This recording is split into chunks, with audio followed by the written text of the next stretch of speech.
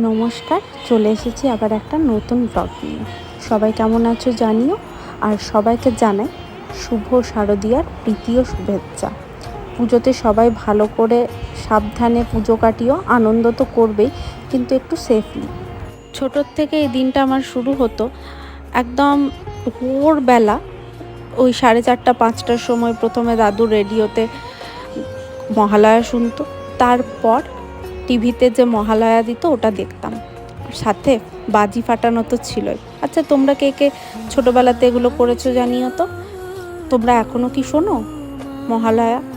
আমি এখনও শুনি, এই অভ্যাসটা আমার এখনও পাল্টায়নি। হ্যাঁ, টিভিতে এখন আর দেখা হয় না, একটু একটু দেখা হয়, পুরোটা আগে যেমন বসে শুনতাম সেরকম হয় না। আর ছোটোবেলা থেকেই আমি মহালয়া থেকেই জামা পরা শুরু করে দিতাম। এবারও তার অন্যথা হয়নি, শুরু করেই দিয়েছি। আর মহালয়ার দিন বিকেলবেলা একটু বাইরে যাব না।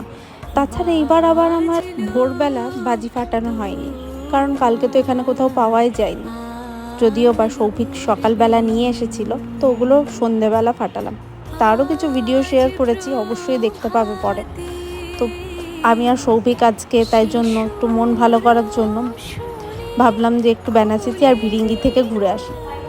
প্রথমে গেছিলাম একটু সিটি স্টাইল, একটু কাজ ছিল ওখানে, কিছু জিনিস নেওয়ার ছিল।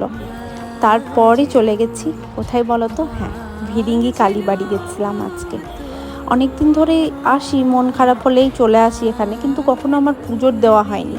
আজ খুব ইচ্ছা করছিল যে পুজোর দেবো, তো চলে গেলাম মন্দিরে। আর মায়েরও হয়তো আজকে পুজো নেওয়ার ইচ্ছে ছিল, কারণ ঠাকুরের ইচ্ছের বিরুদ্ধে তো কিছু কোনো কাজই হয় না। যতদিন না তার ইচ্ছে হবে ততদিন কোনো কাজই হয় না। আর আজকে যে যাব আর পুজো দিতে পারবো, এই জিনিসটা আমি ভাবতেই পারিনি। কারণ কি, আজকে তো জানো মহালয়া, তারপরে আবার অমাবস্যা। আর ভিরিঙ্গিতে কীরকম ভিড় হয় সেটাও সবারই জানা। কিন্তু এত ভালোভাবে দর্শন হলো আর পুজোর দেওয়া হলো, ভাবতেই পারিনি। তোমরাও একটু মায়ের দর্শন করে নাও।